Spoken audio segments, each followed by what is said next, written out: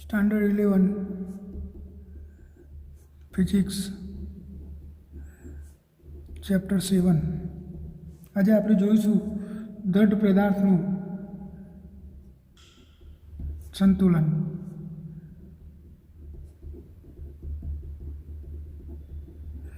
દ્રઢ પદાર્થનું સંતુલન એ સંતુલન એટલે શું એ પહેલાં આપણે સમજી લઈએ। સંતુલન એટલે આપણે રેખીય સંતુલનની વાત કરીએ, રેખીય સંતુલન, અને બીજું છે ચાકીય સંતુલન।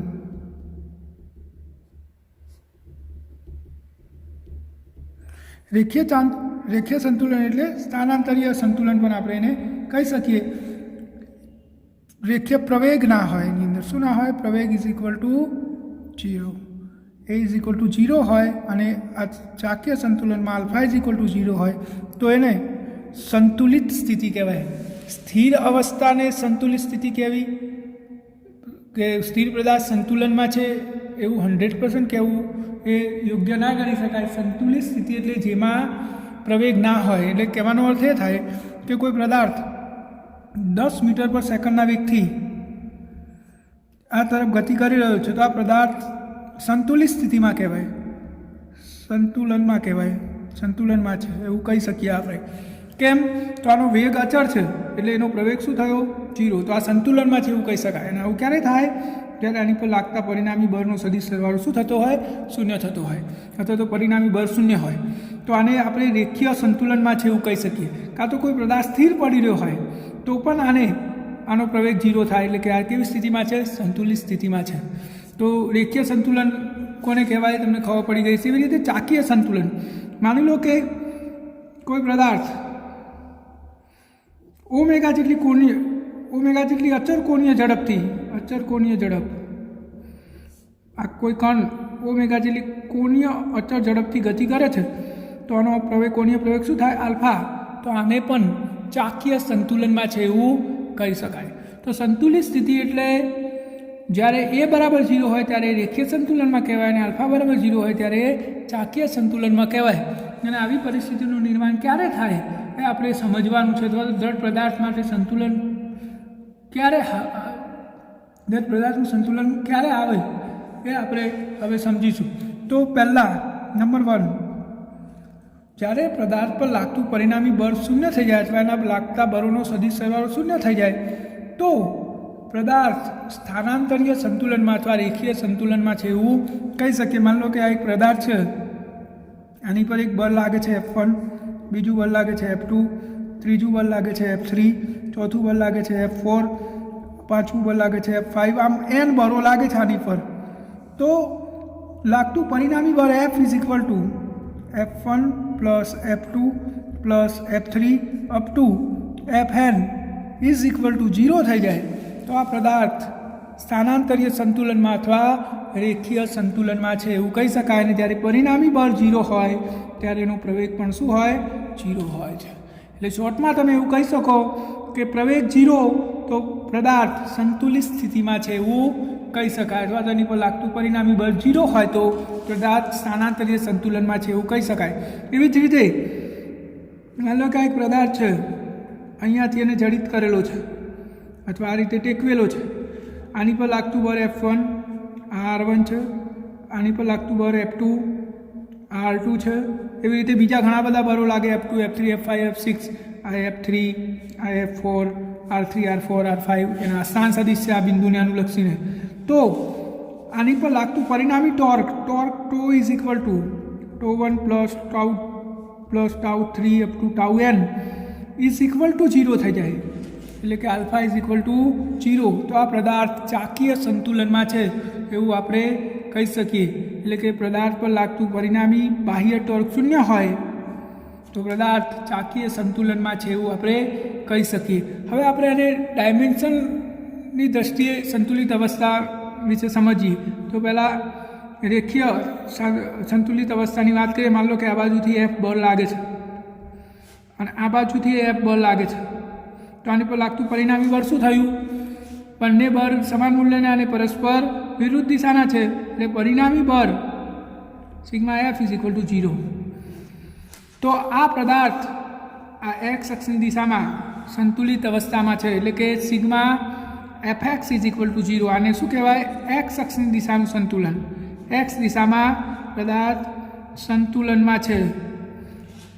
હવે આપણે વાય દિશાની વાત કરીએ. માનો કે વાય દિશામાં આ બાજુથી F1 બળ લાગે છે અને આ બાજુથી F2 બળ લાગે છે. તો આ બે બળ સમાન મૂલ્યના નથી એટલે વાય દિશામાં સંતુલનમાં નહીં પરંતુ એક્સ દિશામાં સંતુલનમાં છે એટલે કે sigma F Y is not equal to 0. તો વાય દિશામાં સંતુલનમાં નથી એવું કહી શકીએ આપણે. તો પદાર્થ એક દિશામાં સંતુલનમાં હોય ને એક દિશામાં ના હોય એવું એ બની શકે કે પદાર્થ બંને દિશામાં સંતુલનમાં હોય એટલે કે આ બાજુથી એફ, આ બાજુથી એફ, આ બાજુથી એફ અને આ બાજુથી એફ. તો એનો અર્થ શું થયો કે એક્સ દિશામાં સંતુલનમાં છે, વાય દિશામાં સંતુલનમાં છે. માન લો કે ઉપરથી એફ લાગે, નીચેથી એફ લાગે, ત્રીજી દિશામાં સંતુલનમાં છે એવું કહી શકાય. એટલે કે પદાર્થ ત્રણેય દિશામાં સંતુલન ધરાવી શકે છે અને ત્રણેય દિશામાં સાથે સંતુલનમાં હોય તો પદાર્થ ત્રણેય પરિમાણમાં સંતુલિત અવસ્થામાં છે એવું આપણે કહી શકીએ. એવી જ રીતે ટોર્કમાં પણ થાય. સમઘડી દિશાનું ટોર્ક અને વિષમઘડી દિશાનું ટોર્ક બંને ટોર્ક સંતુલનમાં હોય તો પદાર્થ સંતુલિત અવસ્થામાં છે એવું આપણે કહી શકીએ. અને છેલ્લે જ્યારે કુલ બળ એફ ઇઝ ઇક્વલ ટુ 0 અને કુલ ટોર્ક ઇઝ ઇક્વલ ટુ 0 તો આવો પદાર્થ સંપૂર્ણ સંતુલિત સ્થિતિમાં છે એવું આપણે કહી શકીએ. એટલે કે ચાકીય સંતુલનમાં એ છે અને રેખીય સંતુલનમાં પણ છે એવું આપણે કહી શકીએ. તો સંતુલિત સ્થિતિ કોને કહેવાય? ઇન શોર્ટ, બિલકુલ ટૂંકામાં ટૂંકી રીત તમારે યાદ રાખવી હોય તો પદાર્થમાં રેખીય પ્રવેગ 0 હોય અને કોણીય પ્રવેગ 0 હોય તો પદાર્થ સંપૂર્ણ સંતુલિત સ્થિતિમાં છે એવું કહી શકાય. અને પ્રવેગ 0નો અર્થ શું થાય? બળ 0 ના થાય, પરિણામી બળ 0 થાય. એટલે કે માન લો કે આ પદાર્થ v જેટલા અચળ વેગથી ગતિ કરતો હોય તો આ સંતુલિત સ્થિતિમાં છે. સ્થિર હોય તો એ સંતુલિત સ્થિતિ, માત્ર પ્રવેગ હોય ત્યારે જ એ સંતુલિત સ્થિતિમાં ના કહેવાય. એવું સેમ ચાક ગતિમાં પણ થતું હોય છે. તો તમને સંતુલિત સ્થિતિ વિશેની ખબર પડી ગઈ હશે. હવે આપણે એક સળિયાનું ઉદાહરણ લઈને સમજીએ કે રેખીય સંતુલન કોને કહેવાય અને ચાકીય સંતુલન કોને કહેવાય. માની લો કે આપણી જોડે એક આ સળિયો છે. આ સળિયા પર આ એ બિંદુ અને આ બી બિંદુ, અહીંયા એક બળ લાગે છે એફ, એક બીજું બળ અહીંયા લાગે છે એફ. બે બળ લાગે છે, એ બિંદુ પર એફ અને બી બિંદુ પર એફ. આ સી બિંદુને અનુલક્ષીને તો આ એફ નીચે, આ એફ એ નીચે. તો આ પદાર્થ પર લાગતું, માનો કે આ અંતર એ છે ને આ અંતર એ છે, આટલેથી આટલું અંતર એ સી બરાબર C B is equal to A. તો આ તાર પર લાગતો આ બે બળો બંને નીચે છે તો પરિણામી બળ શું થશે? 2F થાય. બંને નીચે લાગે છે તો F વત્તા F 2F એટલે કે પરિણામી બળ 0 નથી. એટલે આ રેખીય સંતુલનમાં નથી. હવે આપણે એ પણ ચેક કરીએ કે ચાકીય સંતુલનમાં છે કે કેમ. તો જો આ બળ આ બિંદુને અનુલક્ષીને તમે આ સળિયો આમ છે અહીંયાથી આપણે પકડી રાખ્યું છે, આ બાજુથી આમ ખેંચું તો આ ફરે આમ એટલે કે ટોર્ક લાગ્યું. આ એફના કારણે ટોર્ક લાગશે એને આપણે તો એ કહી દઈએ તો બળ ગુણ્યા લંબાંતર તો એફ એ થશે. કઈ દિશામાં? આ કઈ દિશામાં ફરાવશે આને? ઘડિયાળની વિરુદ્ધ દિશામાં એટલે કે વિષમઘડી દિશા થઈ, વિષમઘડી. એવી રીતે આ બળના કારણે આ પેન આમ ફરશે એટલે કે આ સમઘડી દિશામાં ફરાવે છે. ટીબી બરાબર એફ એ બરાબર એફ અને આ એ તો એફ એ. આરયુએ ટીએ એને વિષમઘડી દિશામાં ફરાવે છે અને આ ટીબી સમઘડી દિશામાં ફરાવે છે. બંનેના મૂલ્યો સમાન છે તો પરિણામી ટોર્ક શું થઈ ગયું? 0. તો આ ચાકીય સંતુલનમાં છે. જુઓ, આ સ્થિતિમાં આ રેખીય સંતુલનમાં નહીં, કારણ કે બંને બળ એક જ દિશામાં લાગે છે એટલે પરિણામી બળ 0 ના થયું તો એ રેખીય સંતુલનમાં નથી. પરંતુ બે ટોર્ક જે લાગે છે એક વિષમઘડી દિશામાં લાગે છે અને એક સમઘડી દિશામાં લાગે છે. બંનેના મૂલ્યો સરખા છે તો પરિણામી ટોર્ક શું થઈ ગયું? 0. તો એ ચાકીય સંતુલનમાં છે. હવે આપણે આ બંનેમાંથી એક બળની દિશા ઉલટાઈ દઈએ તો શું સ્થિતિ થાય? જુઓ, આ એ બિંદુ આગળનું બળ એમના એમ રહેવા દઈએ, આપણું સી બિંદુ, અને આ બી બિંદુ પર જે બળ લાગતું હતું એની દિશા આપણે ઉલટાઈ દઈએ, ઉપર તરફ કરી દઈએ. હવે શું થશે જુઓ, બે બળ લાગે છે, એક બળ ઉપર ને એક બળ નીચે, તો પરિણામી બળ શું થઈ ગયું? 0. તો આ રેખીય સંતુલનમાં કહેવાય, રેખીય સંતુલનમાં છે. હવે આપણે ટોર્કની વાત કરીએ તો જુઓ, આર્ય બળ નીચે તરફ લાગે છે, આપણું આ સી બિંદુ છે અને આ નીચે તરફ લાગે છે, આને આમ ફરાવશે. ટોર્ક કેટલું? ટો એ બરાબર એફ એ. હવે આ બળની વાત કરીએ તો એ બળે એને એક દિશામાં ફરાવશે. જુઓ, આ એ અને આર્ય બળે અને એક દિશામાં ફરાવશે, તો ટો બી એ એફ એ જેટલું થશે. બંને એક જ દિશામાં છે એટલે પરિણામી ટોર્ક કેટલું થશે? એફ એ વત્તા એફ એ બરાબર 2 FA થશે. એટલે કે ઇઝ નોટ ઇક્વલ ટુ 0. તો પદાર્થ ચાકીય સંતુલનમાં નથી, ચાકીય સંતુલનમાં નથી. તો તમને ખબર પડી ગઈ હશે હવે કે રેખીય સંતુલન કોને કહેવાય અને ચાકીય સંતુલન કોને કહેવાય. તો સંતુલિત અવસ્થાવાળો ટોપિક આપણે અહીંયા પૂરો કરીએ છીએ. હવે જોઈએ આપણે ઉદાહરણ નંબર 7.7. એ જોઈએ એ પહેલાં કેટલાક શબ્દો વિશે આપણે પરિચય મેળવી લઈએ. એક છે બરયુગ્મ. શું છે? બરયુગ્મ. તો બરયુગ્મ કોને કહેવાય? તો જુદી જુદી કાર્યરેખા ધરાવતા બે સમાન મૂલ્યના અને વિરુદ્ધ દિશાના બળો હોય તો એમને બરયુગ્મ કહેવાય. એટલે કે આપણે અહીંયા આ એક સળિયું ધ્યાનમાં લઈએ, આ એનું આધાર બિંદુ છે, અહીંયા બળ લાગ્યું F1 અથવા F અને અહીંયા એક બીજું બળ લાગ્યું F. તો જો બંનેના મૂલ્યો સમાન અને આને આપણે ઉપર તરફ લગાવવાનું છે વિરુદ્ધ દિશામાં, એટલે આ F ઉપર, આ F નીચે.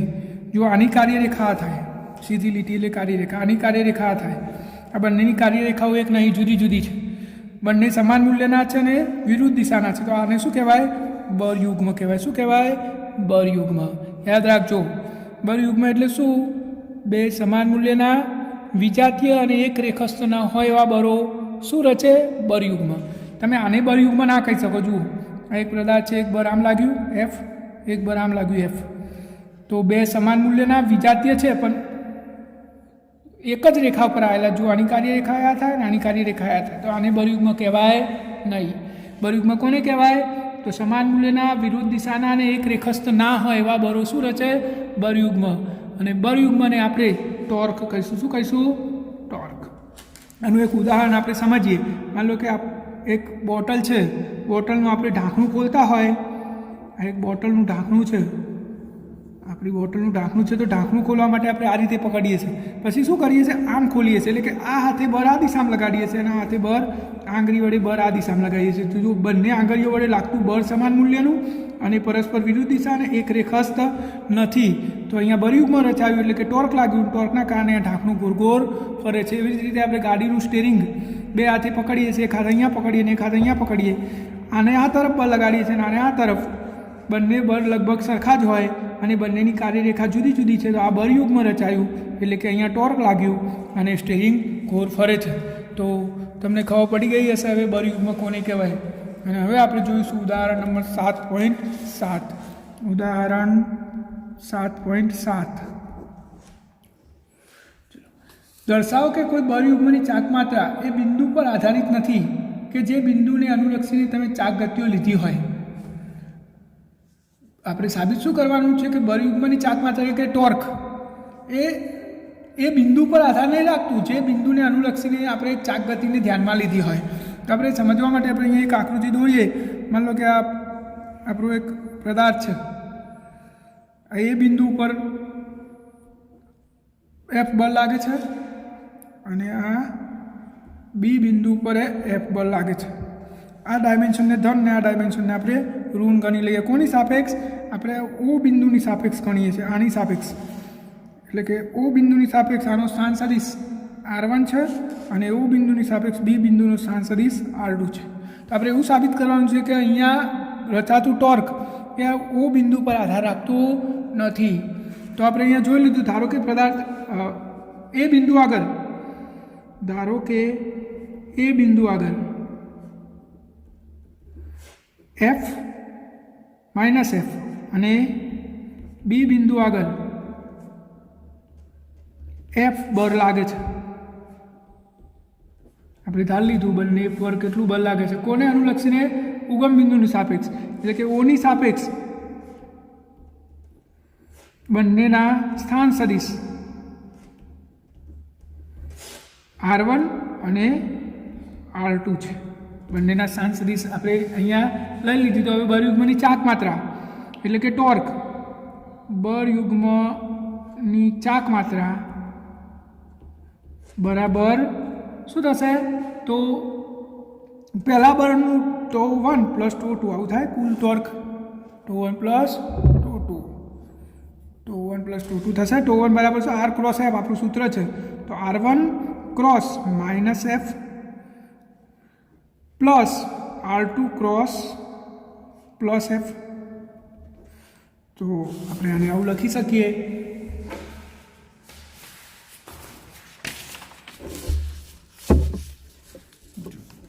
હવે કુલ torque is equal to R2 cross F minus R1 cross F. તો આમાંથી F કોમન નીકળી જશે.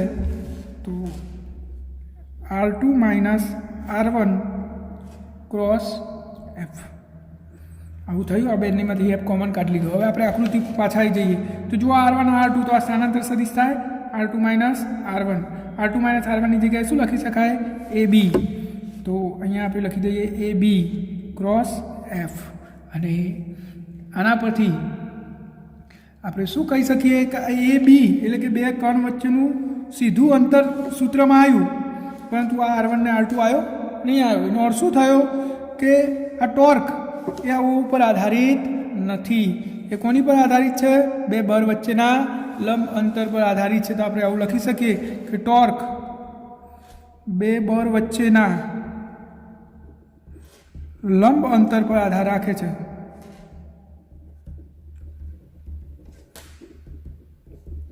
એ કોઈ બિંદુ પર આધારિત નથી. તો આપણે જે સાબિત કરવાનું હતું એ થઈ ગયું. હવે ચાક માત્રાનો સિદ્ધાંત શું છે એ આપણે સમજવાનું છે. ચાક માત્રાનો સિદ્ધાંત શું અને એનો ઉપયોગ શું? ચાક માત્રાનો સિદ્ધાંત તો એને સમજવા માટે આપણે ઘણીવાર ઉપયોગમાં લેતી એક સાદી રચના જેને આપણે ઉચ્ચાલન કહીએ છીએ.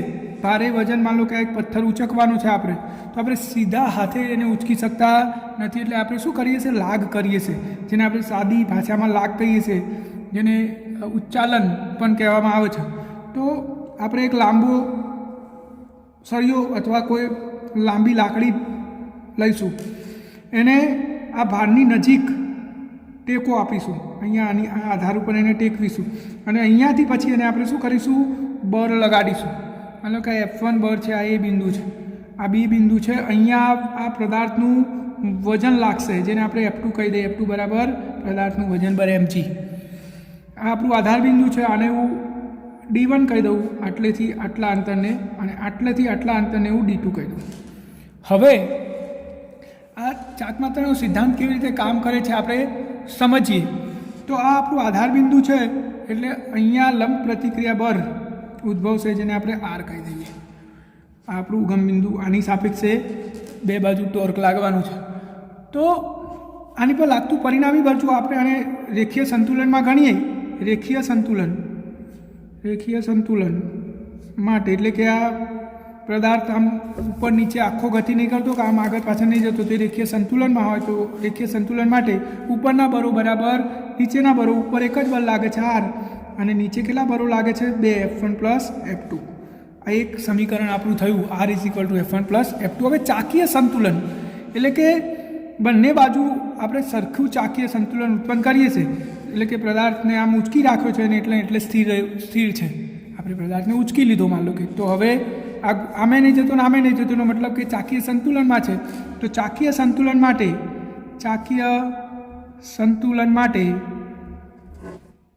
τ1 ઇઝ ઇક્વલ ટુ τ2, એટલે કે વિસમઘટી દિશાનું ટોર્ક બરાબર સમઘટી દિશાનું ટોર્ક.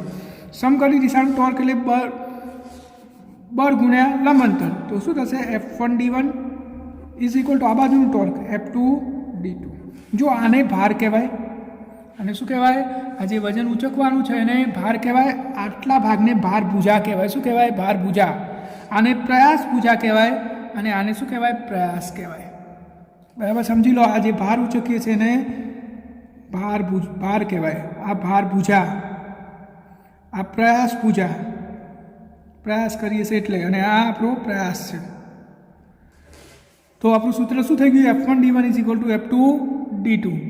તો આના પરથી આપણે કહી શકીએ કે આ જે આપણો F2 છે એને આપણે ઉંચકવાનું છે, આ F1 છે આપણે લગાવવાનું બળ છે. તો આને ઉંચકવું હોય તો આપણે વધારે બળ આપવું પડે, અથવા તો બીજું શું કરી શકાય? આ D2ની કિંમત ઘટાડી દો અને D1ની કિંમત વધારી દો, તો એ આપણે આ ભારને સરળતાથી ઉંચકી શકશું. એટલે કે જેટલો D1 વધારે એટલું આપણે બળ ઓછું આપવું પડશે. સરળતાથી આપણે આ પ્રયાસ ઓછો કરીશું, D1ને વધારીશું, તો આ F1 મોટો મૂલ્યનો રાખવો પડશે નહીં. એટલે કે નાના બળ વડે પણ આપણે મોટો ભાર ઉંચકી શકીશું. એટલે કે આ લાગ બિંદુ જેટલું આમ ખસશે એટલું આપણે ઓછું બળ લગાડવું પડશે. આ ચાક માત્રાનો સિદ્ધાંત છે. એટલે કે એનો ઉપયોગ કરીને આપણે મોટો ભાર પણ સરળતાથી ઉંચકી શકીએ છીએ. હવે આપણે આગળનો ટૉપિક જોઈએ, ગુરુત્વ કેન્દ્ર, જે આપણા સિલેબસમાંથી તો કેન્સલ થયેલું છે, પરંતુ આપણે ખાલી સમજવા ખાતર એને સમજી લઈએ કે ગુરુત્વ કેન્દ્ર કોને કહેવાય. તો ગુરુત્વ કેન્દ્રનો વ્યવહારિક ઉપયોગ તો આપણે ઘણી બધી વખત કરતા હોઈએ છીએ. આપણી આંગળી ઉપર પેડ ટકાઈએ છીએ. આ એક પેડ છે આપણું, અને પેડને આપણે નીચે આંગળી મૂકીને આમ સંતુલિત અવસ્થામાં લાવીએ છીએ. તો આ જે આંગળી મૂકી અથવા તો આપણે પેન ઉપર એને ટકાઈએ તો આ પદાર્થનું એ શું થયું? ગુરુત્વીય કેન્દ્ર થયું. ગુરુત્વીય કેન્દ્ર શોધવા માટે આપણે સરળતાથી આ પ્રયોગ કરી શકીએ. પેડ લેવાનું, પેડને નીચે પેન કે કોઈ બીજી ધારદાર વસ્તુ મૂકવાની, ધીરે ધીરે પેનનું સ્થાન બદલતા જવાનું. એક સ્થાન એવું મળશે આપણને કે ત્યાં આગળ એ પદાર્થ સંતુલિત સ્થિતિમાં આવી જશે. એટલે કે હવે એ નીચે પડી જતો નથી. માન લો કે આટલે મને મળ્યું આ બિંદુ જ્યાં આ બોર્ડ ટકી રહે છે, તો આ એનું શું થયું? ગુરુત્વીય કેન્દ્ર થયું, જેને હું G વડે દર્શાવું. તો જ્યારે પદાર્થ ગુરુત્વીય કેન્દ્રમાં સંતુલિત અવસ્થામાં હોય ત્યારે પદાર્થ પર લાગતું પરિણામી બળ અને પરિણામી ટોર્ક બંને શૂન્ય થઈ જતા હશે. એટલે માન લો કે આ પદાર્થના હું બે કણો ધ્યાનમાં લઉં. અહીંયા એનું આ કણનું દર M1 અને ગુરુત્વ પ્રયોગ તો G છે. આ બીજો કણ લીધો, એનું દર M2, ગુરુત્વ પ્રયોગ G. ત્રીજો, ચોથો N કણ લઉં તો કુલ બળ શું થશે? આ બધાના સરવાળા જેટલું, એટલે કે M1G plus M2G plus up to MNG. આ બળ કેટલું થશે? તો આ અહીંયા એની પર લાગતા લંબ પ્રતિક્રિયા બળ જેટલું, એટલે કે R જેટલું. તો આ બંને ઉપરનું અને નીચેનું બળ સરખું થઈ ગયું હશે, ત્યારે જ આ સંતુલિત અવસ્થામાં આવ્યું હશે. એવી જ રીતે આપણે ટોર્કની વાત કરીએ તો માની લો કે આનો સ્થાન સદિશ R1 છે, આનો R2 છે, R3 અપ ટુ Rn છે બધાના. તો ટોર્ક શું થશે? તો બળ ગુણ્યા લંબ અંતર, એટલે કે M1G R1 plus M2G R2. આ ટોર્ક છે બધા, τ1 plus τ2 up to τn is equal to એ શું થઈ જતું હશે? 0. ત્યારે એ ચાકીય સંતુલનમાં આવતો હશે. તો જે બિંદુ આગળ પદાર્થ રેખીય સંતુલિત અને ચાકીય સંતુલિત અવસ્થા પ્રાપ્ત કરી દે એ બિંદુને આપણે એનું ગુરુત્વીય કેન્દ્ર કહી શકીએ. તો ગુરુત્વીય કેન્દ્ર શોધવું ખૂબ જ સરળ છે, અને આપણે એને આ સિમ્પલ પદ્ધતિ વડે નક્કી કરી શકીએ છીએ. હવે જો આમાં દર 0 ના હોય, G 0 ના હોય, કારણ કે ગુરુત્વ પ્રયોગ તો ગુરુત્વાકર્ષણ બળ હોય તો હોય જ, તો પછી 0 શું થાય? R1 0 થાય. એનો મતલબ શું થયો કે આ 0 થયું R, એટલે કે આપણે જે બિંદુ નક્કી કર્યું છે એ બિંદુ શું છે? એનું દ્રવ્યમાન કેન્દ્ર છે. તો મોટા ભાગના જ્યાં ગુરુત્વાકર્ષણ બળ હાજર હોય ત્યાં ગુરુત્વીય કેન્દ્ર અને દ્રવ્યમાન કેન્દ્ર એકબીજાની પર સંપાત થયેલા હોય છે.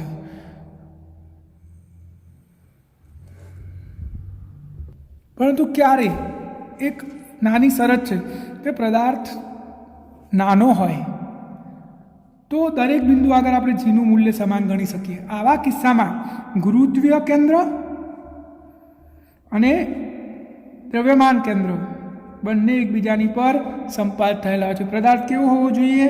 નાનો. ખૂબ જ મોટો પદાર્થ હોય, મોટી ઉલ્કા, તો એમાં આપણે આ નિયમ લાગુ પાડી શકીએ નહીં. એનું ગુરુત્વ કેન્દ્ર અને દ્રવ્યમાન કેન્દ્ર જુદા જુદા હોઈ શકે. અથવા તો પછી જ્યાં 0 હોય જ નહીં, G હોય જ નહીં, એટલે કે ગુરુત્વાકર્ષણ બળ ના હોય, ગુરુત્વાકર્ષણ બળ ના હોય કાં તો પદાર્થ નાનો હોય, એવા કિસ્સામાં ગુરુત્વીય કેન્દ્ર અને દ્રવ્યમાન કેન્દ્ર એકબીજાની પર સંપાત થયેલા હોય છે. તો આ આપણું ગુરુત્વીય કેન્દ્ર છે. આમ તો એ આપણા સિલેબસમાંથી કેન્સલ થયેલું છે, પણ આપણે એને સમજી લીધું.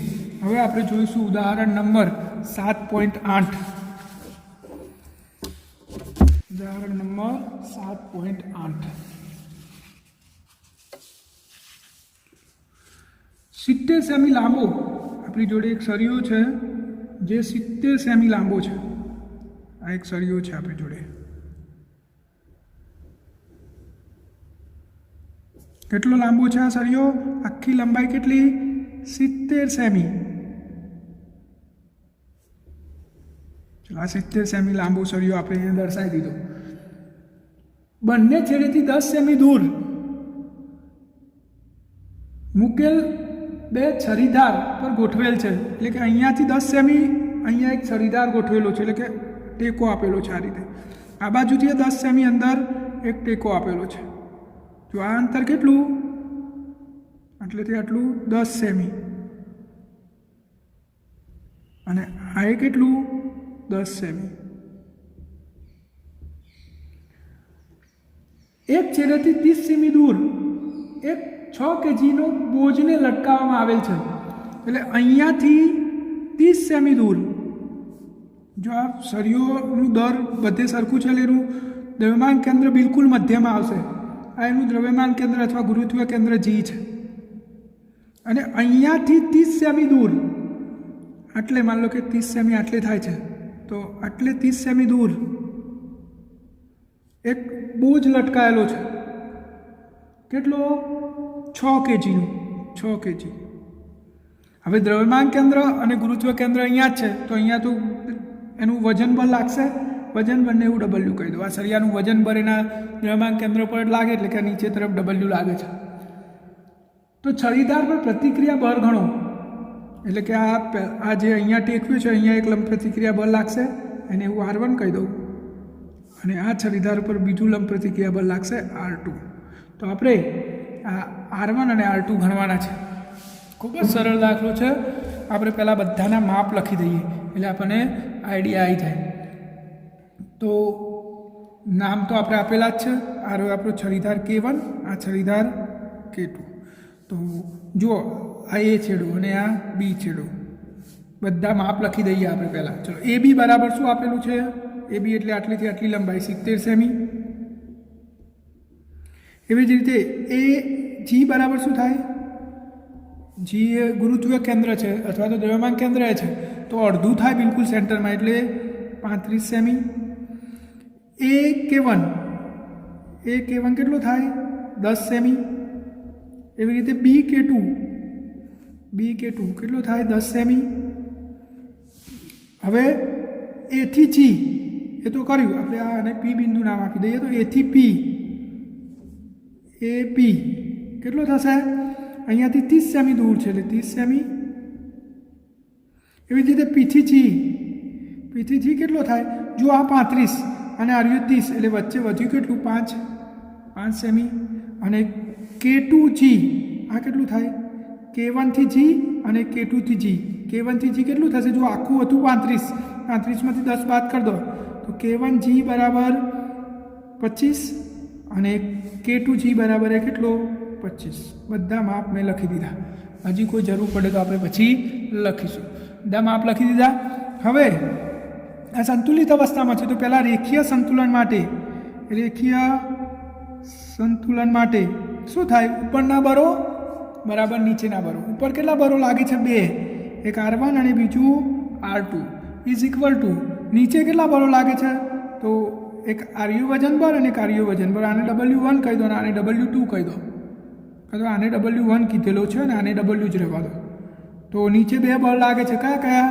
W1 plus W. જો W1 એટલે RU M1G અને પેલું MG. M1 કેટલો? 6 kg આપેલો છે અને આની કિંમત 9.8 લઈ લઈએ. પ્લસ પેલો 4 kgનો સળિયો છે અને જીની કિંમત 9.8 લઈ લઈએ. તો 9.8 ગુણ્યા 6 58.8 પ્લસ 9.8 ગુણ્યા 4 39.2. બંનેનો સરવાળો થશે 3.8 98. R1 પ્લસ R2 બરાબર શું થયું? 98 ન્યૂટન. રેખીય સંતુલન માટે ઉપરના બળ બરાબર નીચેના બળ. હવે ચાકીય સંતુલન માટે કોને અનુલક્ષીને આ પદાર્થ કોને અનુલક્ષીને ફરશે? જીને અનુલક્ષીને. તો ચાકીય સંતુલન માટે જીને